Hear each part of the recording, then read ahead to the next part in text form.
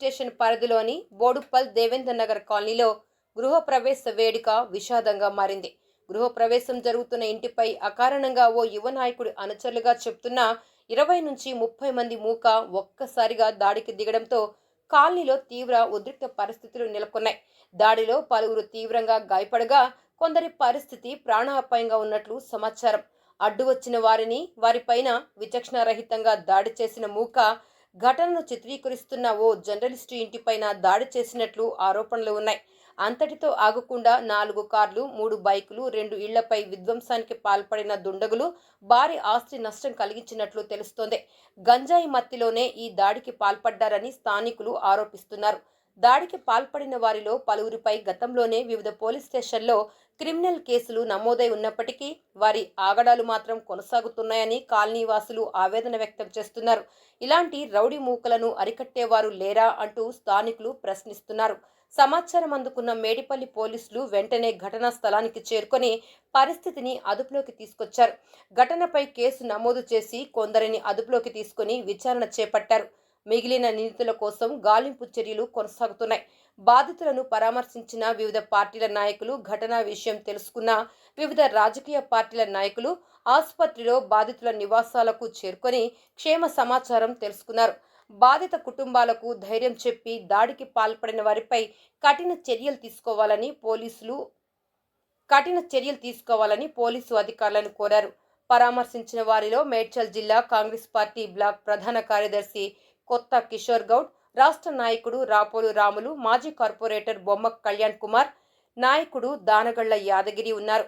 అలాగే బీఆర్ఎస్ నగర అధ్యక్షుడు మంద సంజీవ్ రెడ్డి, ప్రధాన కార్యదర్శి మీసాల కృష్ణ, మాజీ మేయర్ సామల బుచ్చిరెడ్డి, నాయకులు కొత్త చక్రపాణి గౌడ్, బందారావు శ్రీధర్ గౌడ్, బోళ్లగడ్డ సదానంద్, పాతకోటి దేవరాజు, యువ నాయకులు కీర్తన్ రెడ్డి, శ్రీకాంత్ పరామర్శించారు. బీజేపీ నాయకులు కరుణాకర్, చారి కూడా బాధితులను కలిసి సంఘటనపై ఆవేదన వ్యక్తం చేస్తూ నిందితులపై కఠిన చర్యలు తీసుకోవాలని డిమాండ్ చేశారు.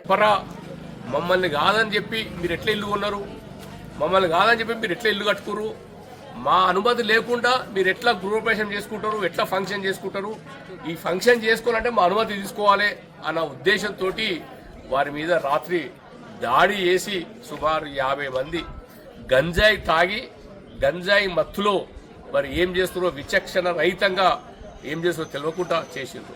ఈ సంఘటన అంతా పక్కన మిత్రుడు విష్ణు గారు మరి వీడియో తీస్తుంటే మరి వారిని కూడా మరి వాళ్ళ ఇంటిని ధ్వంసం చేసి వారి కారును ధ్వంసం చేసి మరి ఇలాంటివి 3-4 కార్లను ఇక్కడ ధ్వంసం చేసి మరి నానా బీభత్సం చేసారు. ఇది చాలా మరి మంచి పద్ధతి అయితే కాదు. దేవేంద్ర నగర్లో తెలంగాణ ప్రాంతంలో చాలా ప్రాంతాల నుంచి ఉద్యోగరీత్యా, వ్యాపార రీత్యా, పిల్లల చదువుల రీత్యా ఇక్కడ ఇండ్లు కొనుక్కొని, ప్లాట్లు కొనుక్కొని మరి అరకొర సౌకర్యాలున్నా మరి ఊరికి పట్టి ఇక్కడ స్థిర నివాసం ఏర్పాటు చేసుకున్నారు. మరి వాళ్ళందరినీ కాపాడాల్సిన బాధ్యత, వాళ్ళందరినీ కడుపులో పెట్టుకొని చూసుకునే బాధ్యత ఇక్కడ ప్రభుత్వం పైన ఉంటుంది. కానీ ఈ ప్రభుత్వాలే మరి ఇలాంటి రౌడీ షీటర్లను, ఇలాంటి గంజాయి గ్యాంగును పెంచి పోషిస్తుండ్రు. ఇది మంచి పద్ధతి అయితే కాదు. మేము గతంలో చాలాసార్లు చెప్పి ఉన్నాం. అయినా వాళ్ళు పునరావృతం చేస్తూ మరి ఇంత విచక్షణ రహితంగా మరి ఒక ఆటవిక రాజ్యంలో ఉన్నట్టు ప్రజాస్వామ్య వ్యవస్థను కూలు చేసే విధంగా ఇంత విధ్వంసంగా పనిచేసారు. ఇది మంచిది కాదు. వీళ్ళపైన చట్టపరమైన చర్యలు తీసుకోవాలని చెప్పి ఇప్పుడున్న సీఏ గారు, కొత్త సీఏ గారు వచ్చారు, వారికి కూడా నేను చెప్తా ఉన్నాను. ఈ ఇంత సంఘటన జరిగినాక అన్ని టీవీలల్లో, పేపర్లలో మొత్తం చూసినా ఇదే నడుస్తూ ఉంది. కాబట్టి వారు ఎంతటి వారైనా మీరు ఎలాంటి ఒత్తిళ్లకు లొంగకుండా, ఎలాంటి ఫోన్ కాల్లకు లొంగకుండా వారిపైన చట్టపరమైన కేసులు పెట్టాలి, చట్టపరమైన చర్యలు తీసుకోవాలని చెప్పి